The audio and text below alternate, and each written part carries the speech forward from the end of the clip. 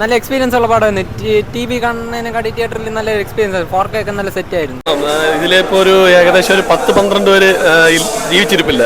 ഇതിലെ കലാകാരന്മാരും ഇതിലെ അണിയറ പ്രവർത്തകരും ജീവിച്ചിരിപ്പില്ല. പക്ഷേ ഈ സിനിമ കണ്ടപ്പോൾ നമുക്കിപ്പോൾ ഒരു പുതിയ സിനിമ ഇറങ്ങി നമ്മൾ കണ്ട ഒരു പ്രതീതിയാണ്. നന്നായിട്ടുണ്ട്, നല്ല ക്ലാരിറ്റിയും നന്നായിട്ടുണ്ട്.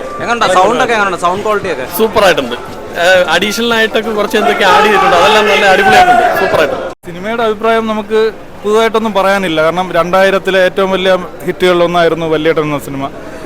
എന്നെ സംബന്ധിച്ചോളം പറയുകയാണെങ്കിൽ 2000-ൽ തിരുവോണ ദിവസം തിരുവനന്തപുരം ശ്രീകുമാർ തിയേറ്ററിൽ നിന്ന് ആദ്യ ഷോ തന്നെ ഈ ചിത്രം കാണാനുള്ള ഭാഗ്യം ഉണ്ടായൊരു വ്യക്തിയാണ്. അപ്പോൾ അതിനുശേഷം നമ്മളിത് ഒരുപാട് TV ചാനലുകളിലും CD ഒക്കെ ഇട്ട് കണ്ടിട്ടുണ്ടെങ്കിലും ഒരിക്കലും ഈ ചിത്രം കണ്ടാൽ മടുക്കത്തില്ല എന്നുള്ളത് ഒരു വാസ്തവം തന്നെയാണ്. പക്ഷേ വീണ്ടും ബിഗ് സ്ക്രീനിൽ കാണാനുള്ളൊരു അവസരം കിട്ടിയത് നമ്മൾ നല്ല രീതിയിൽ വിനിയോഗിച്ചു എന്ന് പറയുമായിരിക്കും സത്യം. കാരണം പുത്തൻ ദൃശ്യ സാങ്കേതിക മികവോടുകൂടിയാണ് ഈ ചിത്രം വീണ്ടും വന്നിരിക്കുന്നത്. അപ്പോൾ ഇപ്പോൾ 4K അങ്ങനത്തെ ഒരുപാട് സാങ്കേതിക വിദ്യ അതിൽ കൂടെ വല്യേട്ടനെ നമുക്ക് വീണ്ടും കാണാൻ സാധിച്ചത് അതിന് മുൻകൈ എടുത്ത എൻ്റെ അണിയറ പ്രവർത്തകർക്ക് എല്ലാവർക്കും ഞങ്ങൾ നന്ദി രേഖപ്പെടുത്തുകയാണ്. നമ്മൾ അന്ന് ഈ ചിത്രത്തിന് കൊടുത്ത വരവേൽപ്പ് പോലെ ഇന്നും വരവേൽക്കാൻ നമ്മൾ ശ്രമിച്ചിട്ടുണ്ട്. നല്ല രീതിയിൽ എല്ലാവരും എൻജോയ് ചെയ്തിട്ടുണ്ട്. 24 വർഷത്തിന് ശേഷമാണ് ഈ പടം വരുന്നത് തന്നെ. അപ്പോൾ എനിക്ക് ആ സമയത്ത് സിനിമ പോയി തിയേറ്ററിൽ കാണാൻ പറ്റിയിട്ടില്ലായിരുന്നു. പിന്നെ അതിനുശേഷം പലതവണ പല ഇതിൽ കണ്ട് ഈ പറയുന്ന പോലെ ഈ കൈരളി TV പലതിലും കണ്ടിട്ടുണ്ട്.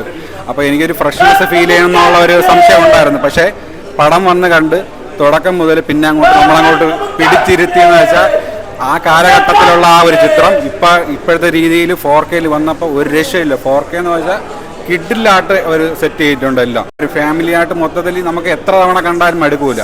അടിപൊളിയായിരുന്നു. നല്ല 4K തന്നെ കാണുന്നത്. ഇത് കൈരളി TV ഇന്നലെ കൂടി ഒരു പടം ഉണ്ടായിരുന്നു.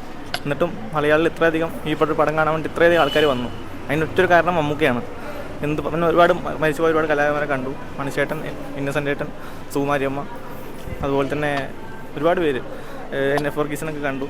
അപ്പോൾ നമുക്ക് ഒരുപാട് ഇതൊക്കെ എന്താ പറയുക, പിന്നെ നമുക്ക് പറ്റി പറയേണ്ട ആവശ്യമില്ലല്ലോ. 1800 തവണ തിയേറ്ററിൽ കൈരളി ചാനൽ ടെലികാസ്റ്റ് ചെയ്ത പടമാണ്.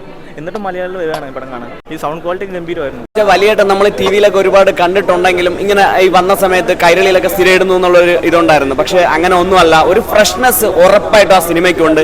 4K ഒരു രക്ഷയില്ല, സൗണ്ട് ആവട്ടെ എല്ലാം. പിന്നെ മമ്മൂക്കയുടെ അഴിഞ്ഞാടിയ ഒരു സിനിമയാണ്. അപ്പോൾ അത് 4Kയിൽ കാണാൻ പറ്റിയ നമ്മളെയൊക്കെ പോലുള്ള ഒരു ഭാഗ്യമാണ്.